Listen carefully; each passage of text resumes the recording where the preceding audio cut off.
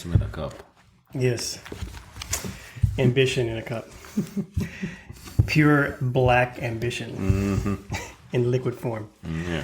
All right, we're recording, and we're going to continue our discussion of the constitutions of the deformed or suboptimal states that Socrates is elaborating.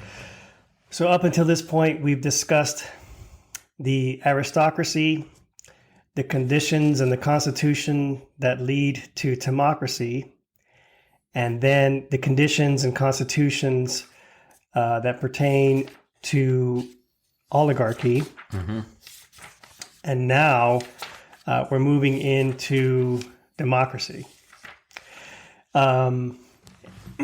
So democracy, and here I'm sort of summarizing, I'm not actually following the trail of the Socratic rationale, which we'll get into, I think, later. But Socrates characterizes democracy as a state of mental and effectively, at some point, actual slavery. So he describes the democratic constitution as one that is not really focused, is subject to the whims of different expectations, to include residual, oligarchic, spendthrift type considerations. So a democratic individual may at certain points be quite conservative, quite penny pinching, but then can be taken and swept up into drone type desires. Again, so the idea of the drone being somebody who's not really contributing anything to society, and they live a life where they essentially satisfy their desires and their non-necessary aspects of their life. And so the democratic constitution is one where you have people essentially following their own whim without actually committing to any of them. And what this leads to is what Socrates talks about on examination of the democratic state or constitution, a supermarket of constitutions. It's basically a multifarious collection of constitutions, all of which are somewhat living in harmony, but the seeds of tyranny are planted therein. And the reason the term slave is invoked in this description is because the members, the Constitution of the Democratic Republic is one where the only thing that they're aligned to consistently is what their idea is of freedom. And so freedom becomes the social currency of the democracy, just like wealth was the social currency of the oligarchy, honor for democracy, and virtue for the aristocracy. And so when you pursue freedom for its own sake, you now end up in sort of like this relativistic, unfocused soup of societal fads, drives, desires, and it leads to sort of an unfocused life. Yeah. And not to jump too far ahead, but we'll backtrack. Therein lie the seeds of the eventual tyranny that evolves from the democracy, because whenever freedom becomes pursued for its own sake, without regard to virtue, without regard to temperance, then you can end up in a dynamic which is described here in his explanation of how democracies devolve into tyrannies. You end up in a situation where people now will look to somebody else to protect their freedom. So there's this constant outsourcing, not only of their focus and drive and their aim in life, but you eventually get to the point where the individual or the democratic constitution outsources the defense of the freedom that they want to enjoy. And so some hero, some champion, the eventual tyrant, is somebody who promises to do that and then leads them down the path toward tyranny. Now, that's a very quick summary snippet of what was discussed here. But I think we should go back now and talk about how is it precisely that democracy evolves out of the oligarchy. Yeah. And so how would you describe that? Because They do point out the fact that the oligarchy and the democracy actually have similar conditions for their own. They both carry the recipe for their own demise built into the system. And what happens is with the oligarchy, there is a desire to break the system, because what ends up happening is you end up with sort of a caste system. You've got like a haves and have-not group, and that leads to resentment. And what ends up happening is that the have-nots eventually realize that, I mean, Socrates, I think, actually uses similar phraseology that says on occasions where the have-nots do interact with the haves, they look at the haves and say, look at this out of shape dude, like, I could take this guy out right now. Why don't we just do that? That happens in the yeah. So before you get there though, this path of oligarchy devolving into a democracy, which then devolves into a tyranny, is the underlying theme of all of these constitutions. Right? We discussed this, right, where the perfect republic with the philosopher king and the guardians who are the intermediary between the philosopher king and the masses, that is the workers and the auxiliary, that perfect republic cannot last forever. There is this faction that gets created from within, and this talk of the Platonic number, which is the perfect number for a human, and how there is a remainder left in there. That remainder eventually creates a faction inside of this perfect republic, which then devolves into a timocracy, which is an honor-loving republic. Which is that, like you said, right? What is the good? The good in the perfect republic, the aristocratic republic, is virtue. Justice is the good, actually. Justice. Everything is being done for the sake of justice. In democracy, the good is honor. And then in once you are honor seeking, then it creates in you this desire to separate yourself from those that you believe are not honorable. And it turns out the objective metrics of that honor is what takes precedence over time. And there is this accumulation of wealth. Initially, it is in secret. And then once the democracy devolves into an oligarchy, where the good now is wealth, this is no longer a secret. All the possessions are out in the open for everybody to see. And then that creates the haves and the have-nots. And not only the have-nots, are created not just because they don't have anything. They may have had, and they lost it to someone else. And they are still allowed now, when they have no possessions and no ability to recoup their possessions, still participate inside of be or live inside of the republic. And it creates a class of people who are, in a way, seething because they have lost everything. And so of the people who don't participate in an oligarchy, the group that is dangerous are the ones who had possessions, were part of the ruling class, and now they've lost everything, and now they are waiting for revenge. So when he says drones, the drone is kind of like the opposite of a philosopher king, in a way. In the higher order constitutions, like a timocracy, the drone concept really doesn't exist inside of a timocracy. But when you come into oligarchy, suddenly he talks about these drones. A drone is somebody who's actually useless. But they're kind of like, they're the hedonistic element of a society. So they're the appetitive, useless part. Right. You can imagine the appetitive part inside of a perfect republic is the worker Everything class. correlates to the three components of the soul, and that's exactly right. The right. drones, so there is an appetitive part. It's not wrong to have an appetite. It's actually natural to have one. But to be able to work toward that, to feed the entire system while you satiate your appetite, that is a very different way of looking at it, as opposed to being completely useless and being appetitive. So the oligarchic drone come in two forms: a stingless one and the one with sting. The stingless ones are the ones who have no education, no means of being able to participate in the republic. They've never had, and they will never continue, and they will never have in the future. The ones with stings are either those who are committing crimes.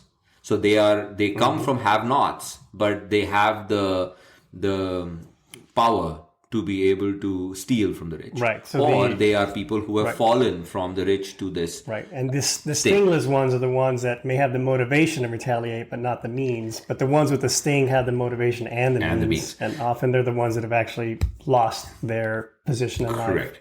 And so that is Indian oligarchy. And then as you go into a democracy, it turns out that these drones become even more powerful. Mm-hmm.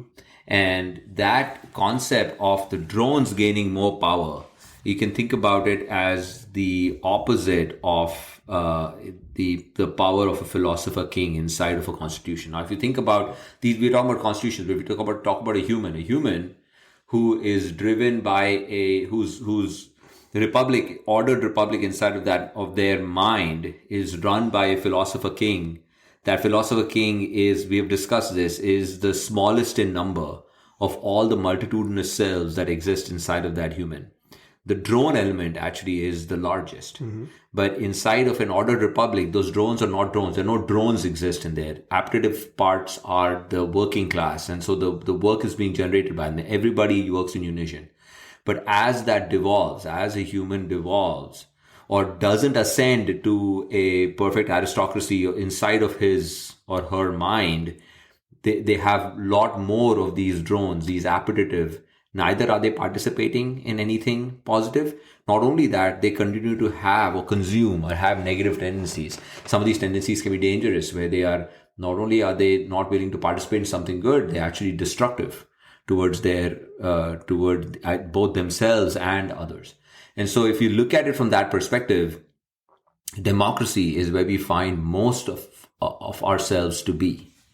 Democracy is when it starts with the same way. You said, you're right, it starts the same way. The good in the early forms of democracy is still money.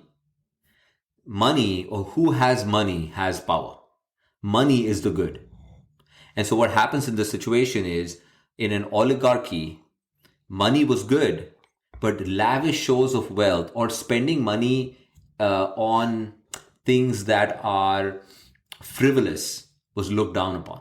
An oligarchic person or an oligarchic constitution holds on to wealth and are miserly. Mm-hmm. They are hard pressed to even spend them on things that are useful. Mm-hmm. But if they had to spend it, they spend it on useful things. They won't spend it on useless things.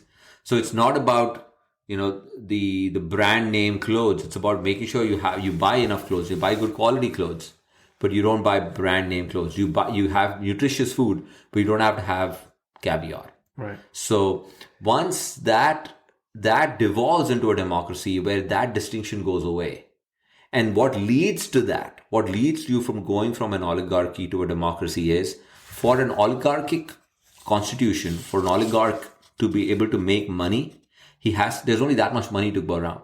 The only way they can do it, one of the best ways to make money, is through interest.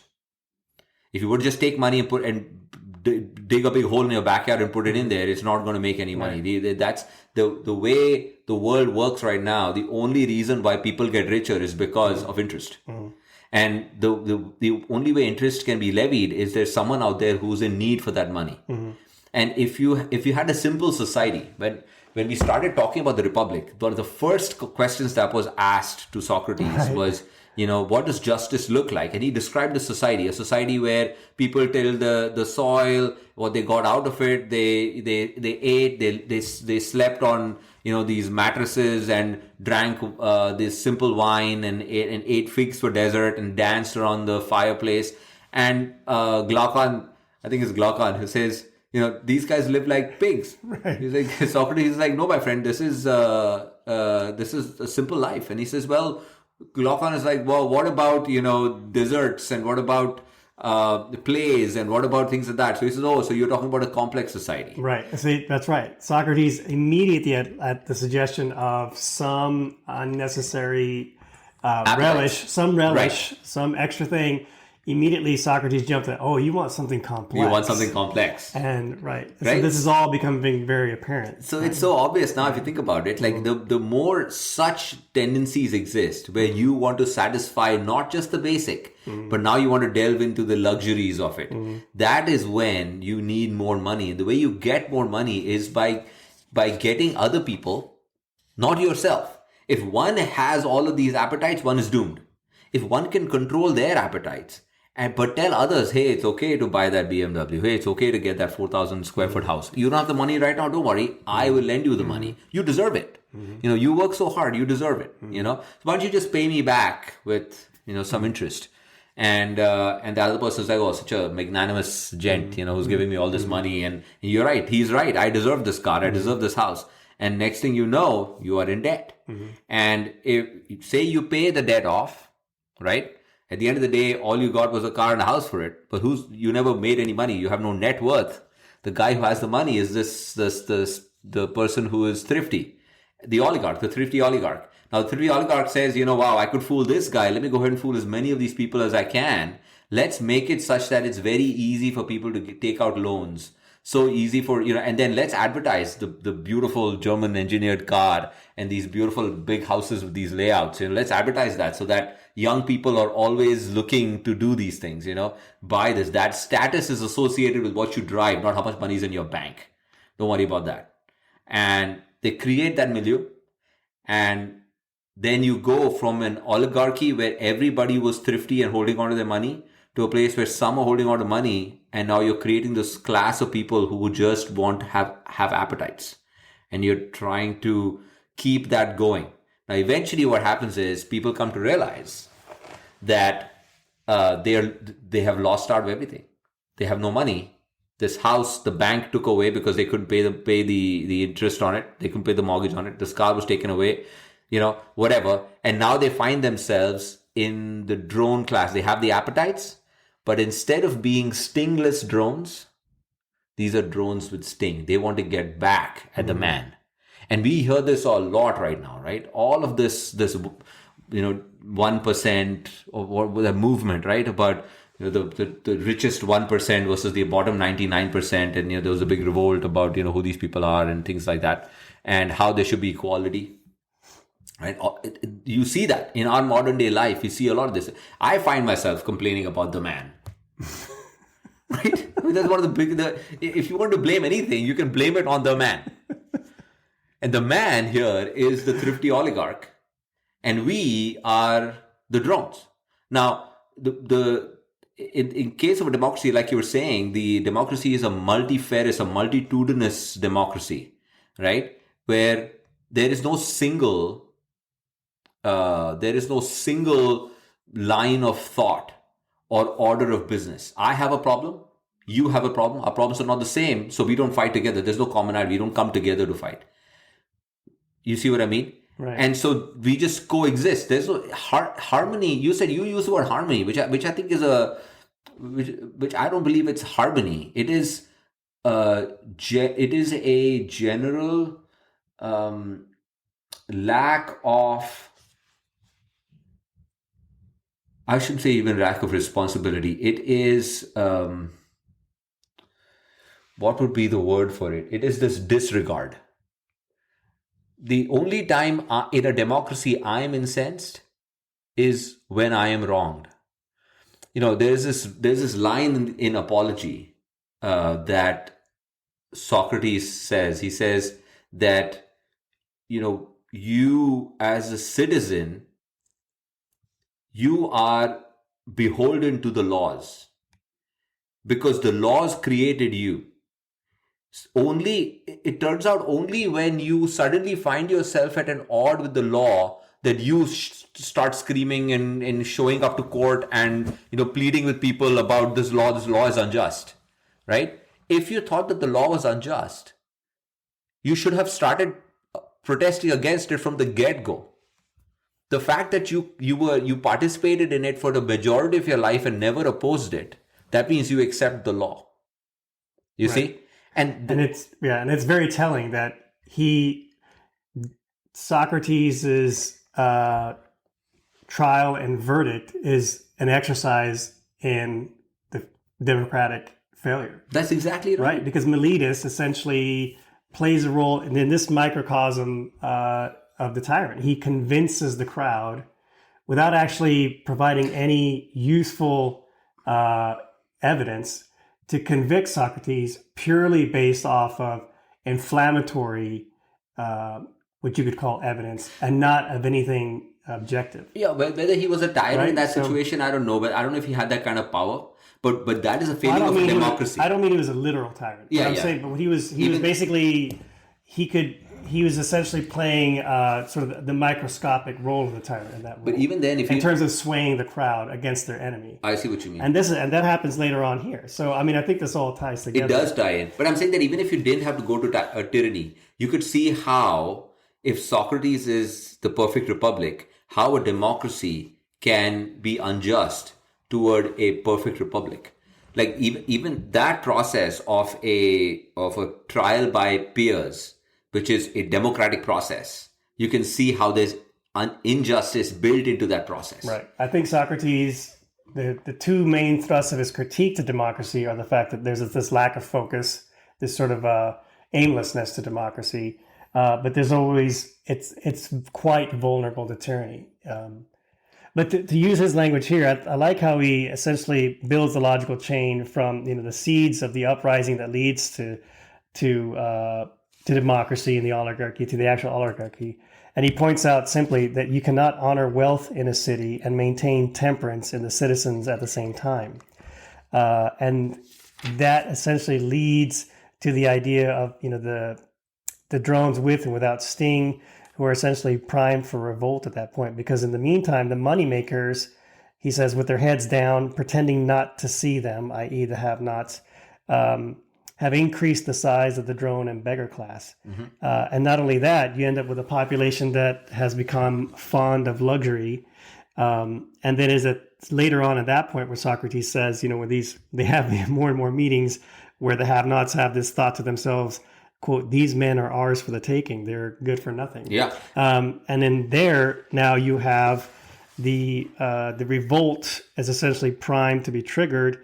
And he says, then democracy comes about, I suppose, and the poor are victorious, kill or expel the others, and give the rest an equal share in the constitution, and the ruling offices and the majority of offices in it are assigned by lot.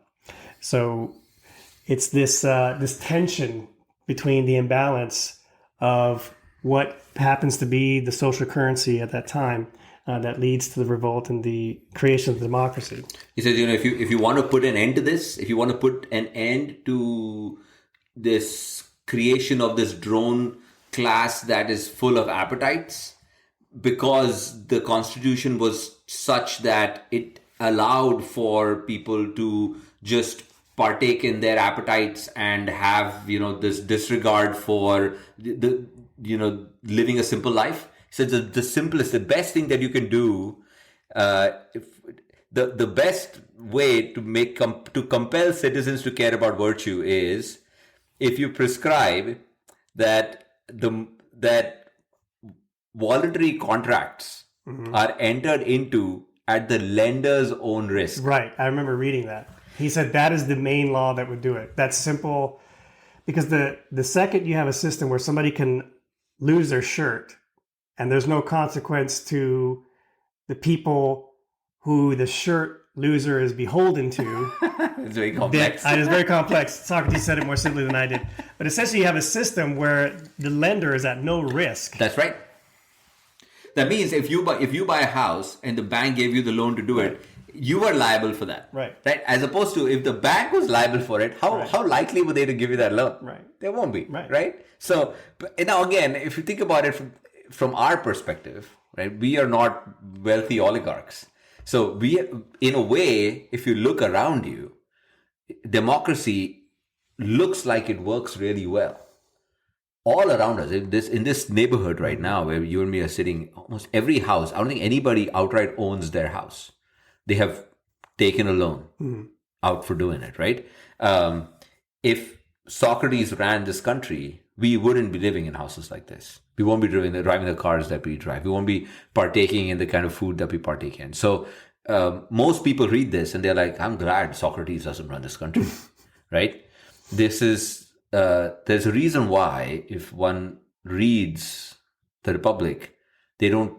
It's very difficult to take away what you're actually supposed to be doing and living, because that's hard to do because we are these people. We are fond of luxury, incapable of effort, either mental or physical, and too soft to endure the pains, and are lazy. That's who we are. And this might seem this is what Socrates says the subjects in democracy are. Now, this might seem too harsh, this characterization of who we are. You say, no, we work really hard and, we can endure pains. But as a general populace, and this is 556C, right? It is for these reasons the rulers in the city treat their subjects in a way we described. And as for themselves and those belonging to them, don't they bring up the young to be fond of luxury, incapable of effort, either mental or physical, too soft to endure pleasures or pains, and lazy?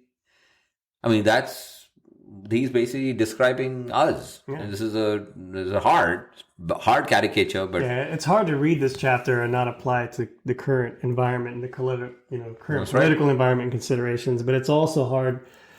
It's also very relevant to most people's lived experience. That's always the concern. Yeah. But I like how he characterizes, once the democracy has been established, after he invokes this idea of the supermarket of constitution, where people can just kind of pick out whatever they please, this description of the democratic constitution, I thought was very powerful. He says, there is no compulsion to rule in this city, even if you are qualified to rule, or to be ruled if you do not want to be, or to be at war when others are at war, or to keep the peace when the others are keeping it, if you do not want peace, or even if there happens to be a law preventing you from ruling or from serving on a jury, to be any the less free to rule or serve on a jury. Isn't that a heavenly and pleasant way to pass the time while it lasts? It's a beautiful statement. Yeah, and thick with Socratic irony, but at the same time, yeah. No, this is perfect. This is what we want. This is freedom for its own sake. You describe this to anybody and they'll be like, yeah, that's exactly what I want, man. I don't want to go and serve if I didn't have to be served. So this is. Oh yeah, I highlight the same thing. You cannot look away from passages like this. What this is talking about is this is a direct contrast, or as close of a direct contrast as you can get to the guardian class, right? So if you look at your ordered republic, the aristocratic republic, right? There are people who have they're made of gold, right? We said they have the tendencies and they receive the physical and the mental training, and then they are exposed to the truth. That is the cave allegory. Their bonds are broken, and because they have the ability, they turn toward the light. They don't have to, but they do. And when they do, then they are, by dialectic discussion, are led to the mouth of the cave and shown the light. And once they see what the truth is and the good is, as opposed to the false images they were being shown in the cave, then they come to understand the nature of the one and all of that.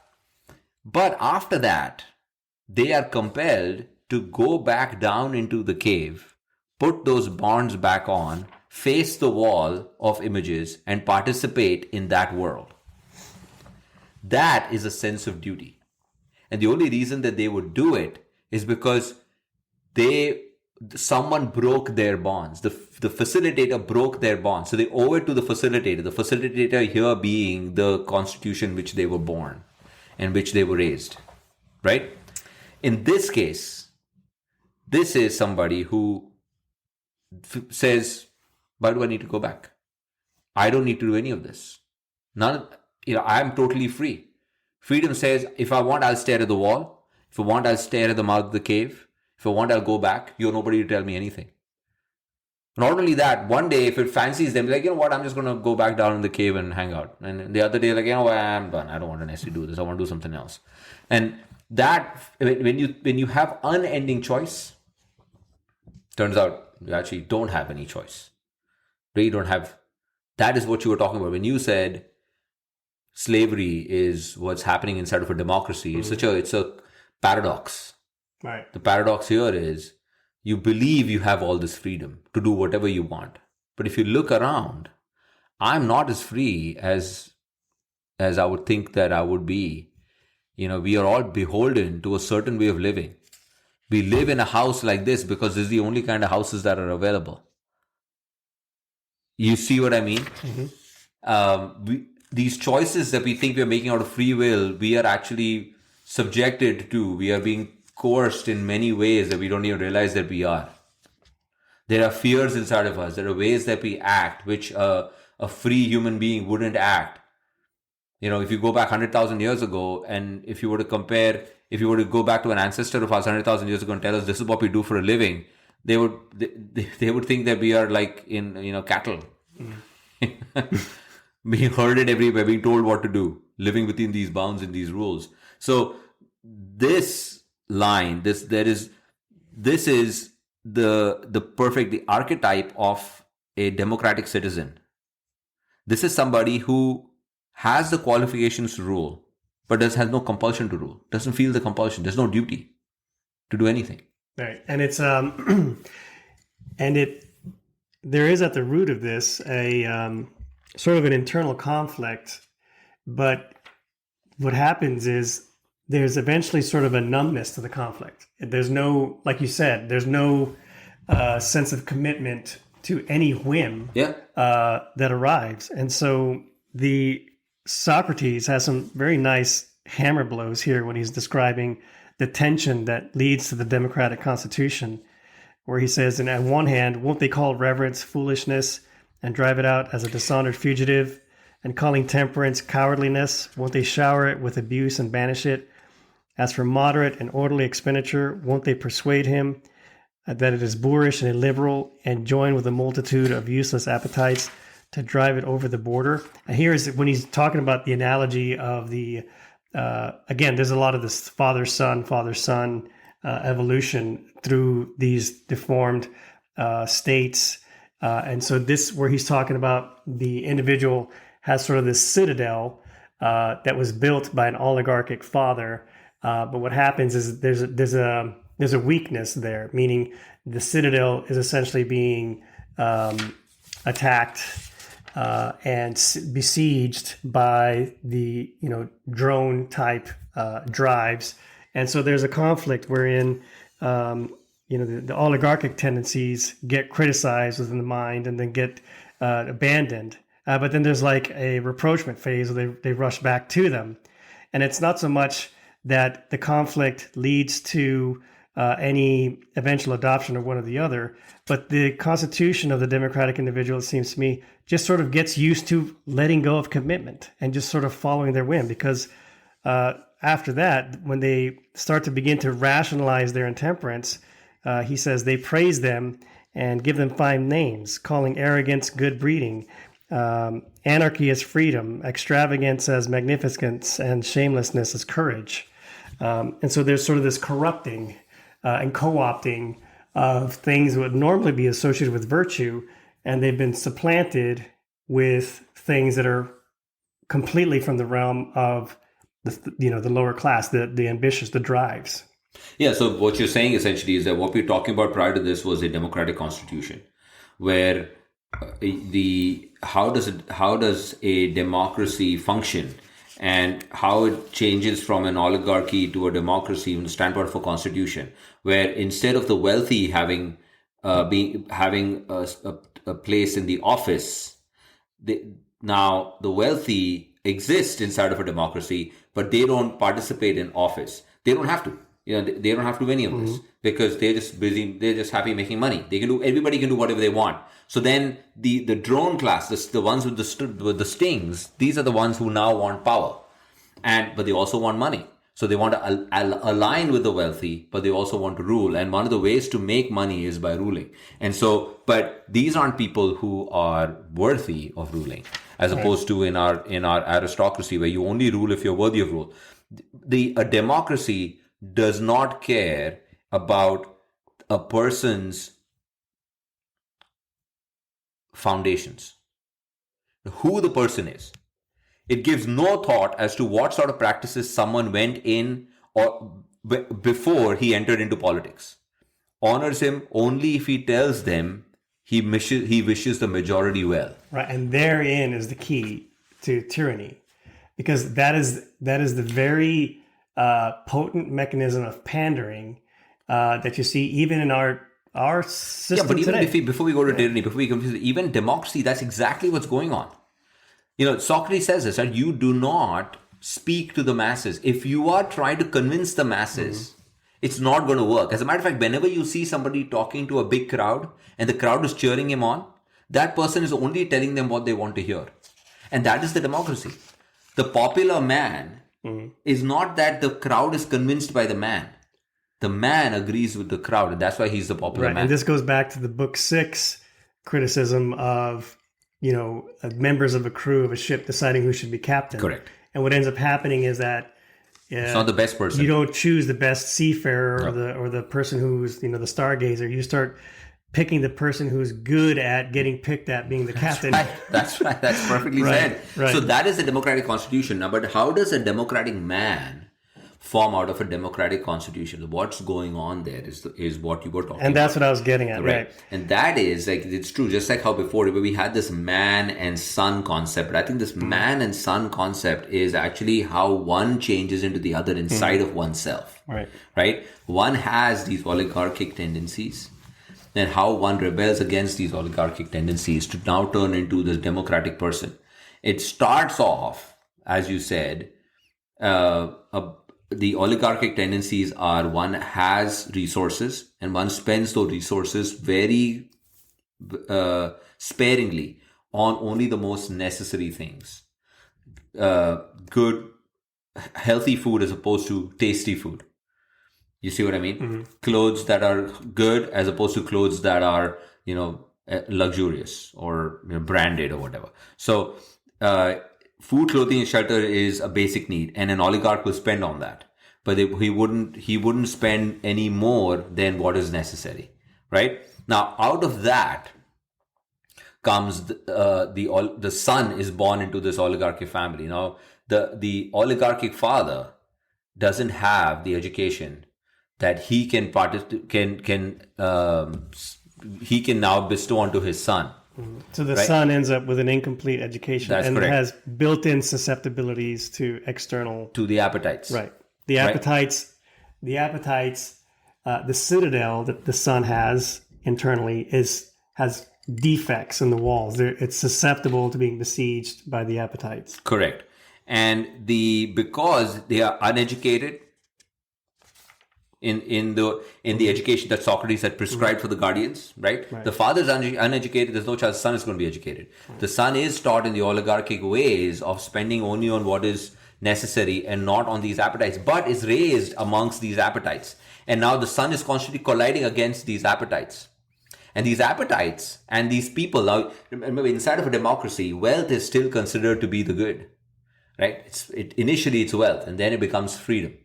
But everybody wants to make money. And so if you are a wealthy oligarchic son, you're going to always have people who are going to be just the drones with stings. They're going to be hanging around you because you are this person. It can be easily cajoled, and you'll be hearing this conversation constantly about how one should spend their money. What's the point of having this money if nobody can see it? Why don't you wear these great clothes? Why don't you drive this great car? Why don't you, do these things? And this son goes back and forth between, as you said, his father's stress on spending only on what is necessary, but his friends and followers who say, "Hey, man, you need to. Why are you being so stingy? Right? Show off your wealth." And that is what you were talking about when they say, he'll keep going back and forth, and at some point, these appetites are always going to be stronger than rational thinking. Even for an oligarch to be able to be thrifty and spend only on what's necessary, that is being rational. That's actually not being emotional. Discipline. In a way, there's a discipline, right? Because discipline doesn't care if it's rational or irrational. But discipline. Yeah, they're very disciplined. But you see, in order to be disciplined, you have to believe in something that you're spending energy which is positive energy for something that's actually not giving you that much back from a appetitive standpoint. Yeah, you see, which is why I would divorce discipline.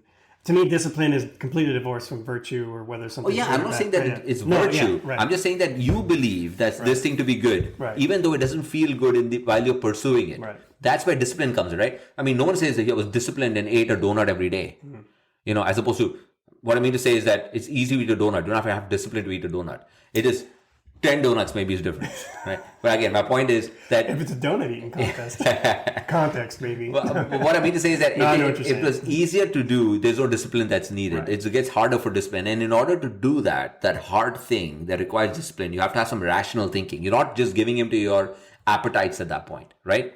So this person has to give up. When there's a contest between appetite and rational thought, appetite ends up winning if you don't have the right education, if you don't have the right upbringing. That's what happens to the democratic son, right? Eventually, he starts to believe these things that the appetites are telling him. The appetites is saying that who cares about reverence, right? Who cares what people are saying of how talented and gifted you are? And that's foolishness. You have nothing to show for it, right? And then temperance. You know, why? If you have the money, spend it, man. You know, are you worried that you're going to lose the money? You're a coward if you're not ready to show you the money. You know, you're a coward. So temperance becomes cowardliness. And then, so moderate and orderly expenditures. Like if you have all this money, why you spending small parts of it and holding on to big part of it? Why are you doing that? That means you are illiberal or boorish. You just don't have the style. You don't have the class, right? And you hear this over and over again, and then eventually you're like, yeah, man, why should I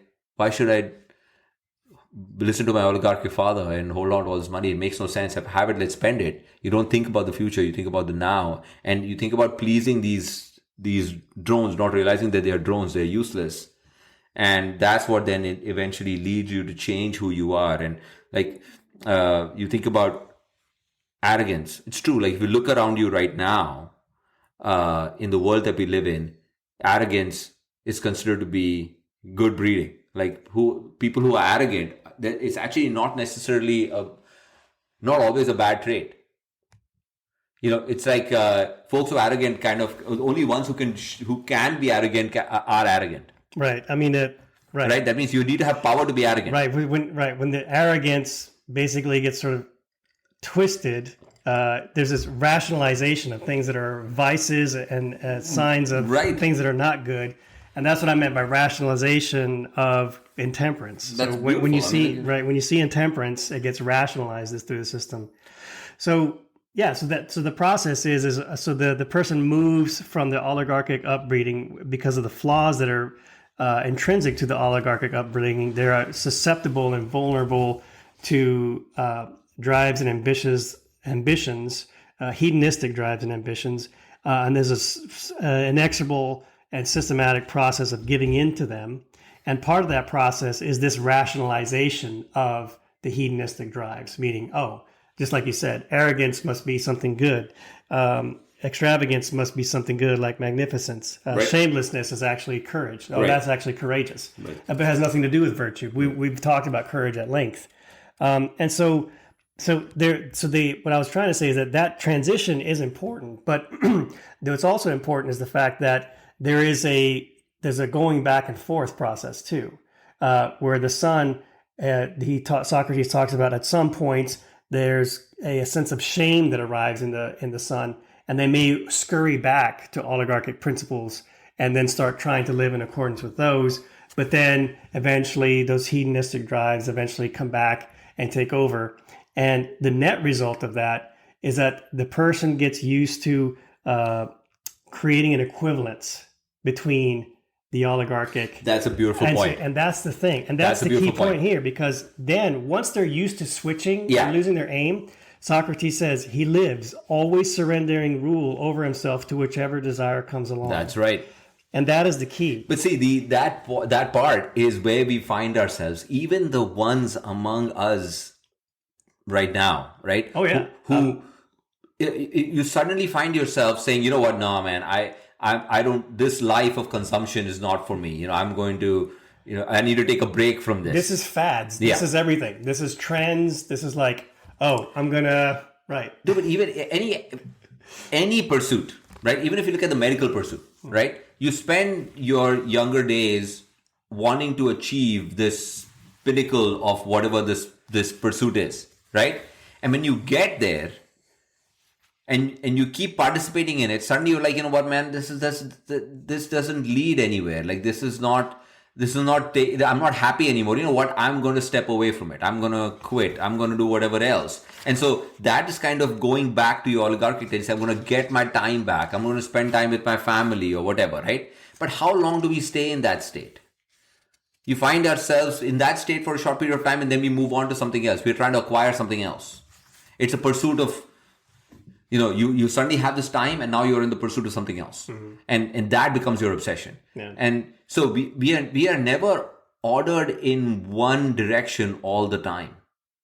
Like if you were a philosopher king, there wouldn't be this swaying of going from appetite, power, hungry for money, power, status, and then swaying all the way to social justice and reform, and then swaying all the way back to your BMWs and your car. That's not how it's going to happen. You're going to be constantly focused in the pursuit of the common good. Right. And the aristocratic ideal, there's roles, everybody fulfills their roles. Correct. And there's no interference in between. Nope. And therein, and that lack of interference is where justice emerges. Right? That's right. So go back. That's exactly right. Justice is the ordering of this hierarchy of philosopher king to guardian to the auxiliary worker class. Mm-hmm. But in case of a democracy, there's this constant swinging back and forth.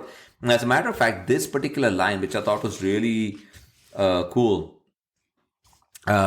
this is what we want. If you close your eyes and imagine this human being, you want to be this human being, right? He says this, there is neither order nor necessity in his life. Yet he calls it pleasant, free, and blessedly happy, and follows it throughout his entire life. Mm-hmm. There's this question that gets asked. It's Adam Smith has this in his works on this utilitarianism, right? He says, who would you rather be, a happy pig or a sad Socrates, right? And this is where this comes from. Mm-hmm. This line where there is neither order nor necessity in his life. He calls it pleasant, free, and blessedly happy. You're just wallowing in your own ignorance, like a pig. You're wallowing in this. You don't. Whatever you fancy, you do. If today you want to work out, you work out. Tomorrow, you want to partake in philosophy, partake in philosophy. Right. Next day you want to go ahead and, drive fast cars, do that. It's like you just wallow in this ignorance thinking this is what is happiness. Mm-hmm. Just constant flitting about of your desires, as opposed to leading an examined life. Right. What is the examination there? The examination is the understanding why order is needed in your life. And that phrase struck me too. Like this is sort of like this fat, intellectually lazy indolence, right? This is who we all are. Right. We are pigs. We're just wallowing, and it feels great. It feels great. That's why that question is not an easy question to answer. Would you rather be a happy pig or a sad Socrates? Right. The pig is oblivious to the fact of its existence, and it's happy because of that. And Socrates is examining his life and understands the nature of the common good and is miserable because of it. Who would you rather be? Someone who examines himself or this happy pig? And that's why you cannot convince democratic people who have democratic republics inside of them to care about anything else than their freedoms. Because if you ask anybody, man, why don't you participate in the common good? Why should I? What is in it for me? Does it make me happy? Does it give me power? Does it give me money? Does it feel good while I'm doing it? Like, is someone going to be massaging my foot while I do it? Right. No, it's going to be hard. It's going to suck. And so what am I going to get for it? Well, nothing except for the satisfaction that you participate in the common good. Well, that seems like a hard job. I don't want to do it anymore. Well, and not only that, but like the good, freedom becomes the good for its own sake. It is the good in case of democracy. I'll do it if I feel like it, man. Right. Yeah, you know what? Yeah, I'll participate in that. I'll see you when I feel like it. I'll show up. Yeah. So there is the democratic constitution. The democratic man is happy because the democratic man is ignorant.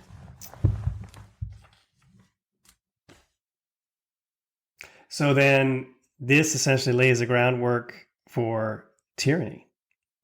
Do you want to move into that now, or do you want to leave that? Because I think we should leave it for now next time. the tyrannical, the evolution of tyranny is interesting, and it bleeds over into the next book. So we'll probably end up talking about tyranny, but we may end up kind of creeping into the next book when we do so. But I think this would be a good place to stop, because now what we'll do is talk about how the seeds now within the democratic constitution have been laid for tyranny to arise. All right, we'll leave it there. All right.